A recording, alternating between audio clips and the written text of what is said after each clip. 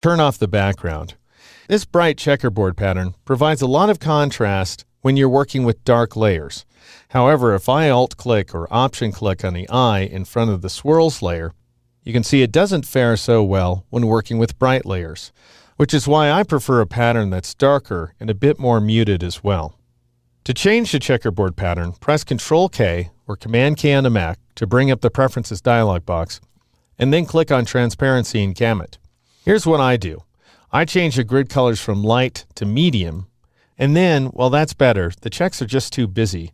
So I click on this darker gray box, and then I change the brightness value to 54% and click OK, and then click OK again, and you get this more neutral, less busy checkerboard background.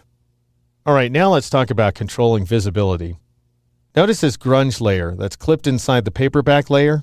If I turn the grunge layer on, that also turns on the paperback layer. And the reason is that you can't see a clipped layer without seeing its clipping mask.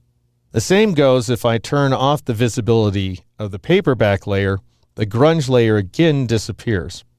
Now let's say I want to make all my layers visible again. What I'd like to do is Alt-click or Option-click on the eye in front of the swirls layer. But if I do, I just hide that dimmed eye in front of grunge and that's it. If I Alt-click or Option-click again, I bring back the dimmed eye. And that's because when you Alt or Option-click on an eye, you switch back and forth between two visibility states. If you want to make all layers visible, you have to choose a secret command twice. Here's what you do. Right-click on the eye in front of swirls, and then choose Show Hide All Other Layers. That will hide all the other layers, so you're just seeing the swirls layer. So in other words, the dimmed eye in front of grunge disappears.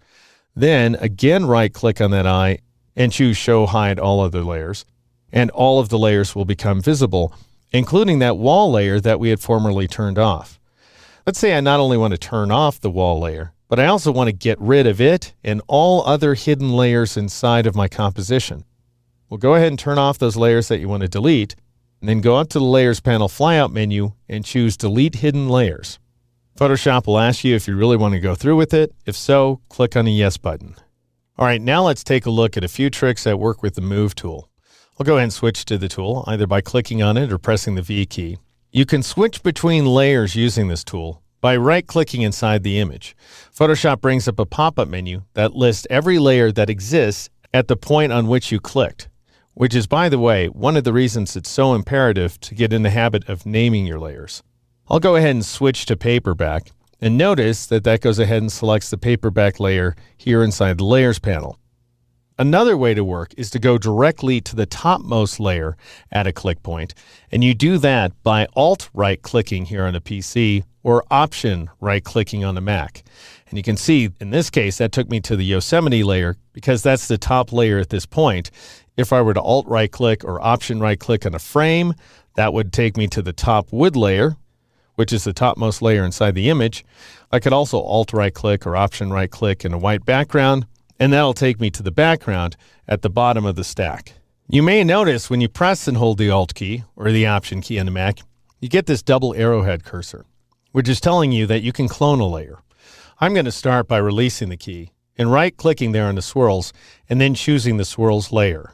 Then I'll press the Alt key or the Option key on the Mac and drag by pressing the standard left mouse button. And notice that I create a copy of this layer on the fly, and you can see that layer here inside the Layers panel. I'm going to press the backspace key or the delete key on the Mac in order to get rid of it. Here's another way to create a copy of a layer. Press the Alt key or the Option key on the Mac once again and drag the layer inside the Layers panel. Notice you get that same double arrowhead cursor, and as soon as you release, you create a copy of the layer. All right, again, I don't want that, so I'm just going to press the backspace key or the delete key on the Mac to get rid of it. Moving right along, Photoshop allows you to select multiple layers. One way to do that here inside the Layers panel is to click on one layer and then shift-click on another, in which case you select a range of layers like so. If you want to select multiple non-adjacent layers, you click on one layer and then you press the Control key or the Command key on the Mac and click in an empty portion of another layer. Don't click on the thumbnail because that'll select the layer. Rather, you Control-click or Command-click on an empty area, like so. And then you can drag these layers up and down inside the panel to change their stacking order. You can move them together inside the image window or what have you. All right, I'll press Control Z, Command Z on the Mac to undo that move. Here's yet another way to work. I can right-click inside the image with the Move tool and click on a layer to select it. And then if I shift right-click inside the image window with the Move tool and select another layer, whether it's adjacent or non-adjacent, I'll select it as well. Finally, let's say I want to take this swirls layer and I want to pop it to the top of the stack. Well, I'll go ahead and click on it to make it active. I could just drag it up the stack if I want to. But there's another way to work that comes in handy when you have an awful lot of layers inside of a file.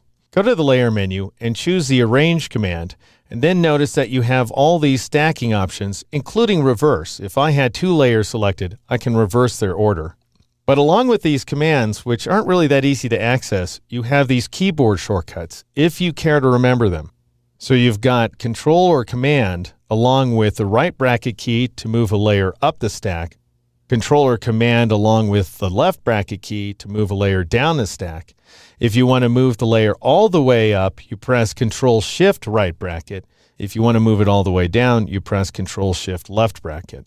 Let me show you what that looks like just by pressing the keys. If I press Control-Shift left bracket here on the PC or Command-Shift left bracket on the Mac, I will move that swirls layer as far down as it can go. Notice it has to stay on top of the background because the background is the flat image always at the back of the stack. Then if I press Control-Shift right bracket or Command-Shift right bracket on the Mac, I pop the layer all the way to the top of the stack and it appears at the front of the composition here inside the image window as well. And that, friends, is my exhaustive list of tips and tricks for working with layers in Photoshop.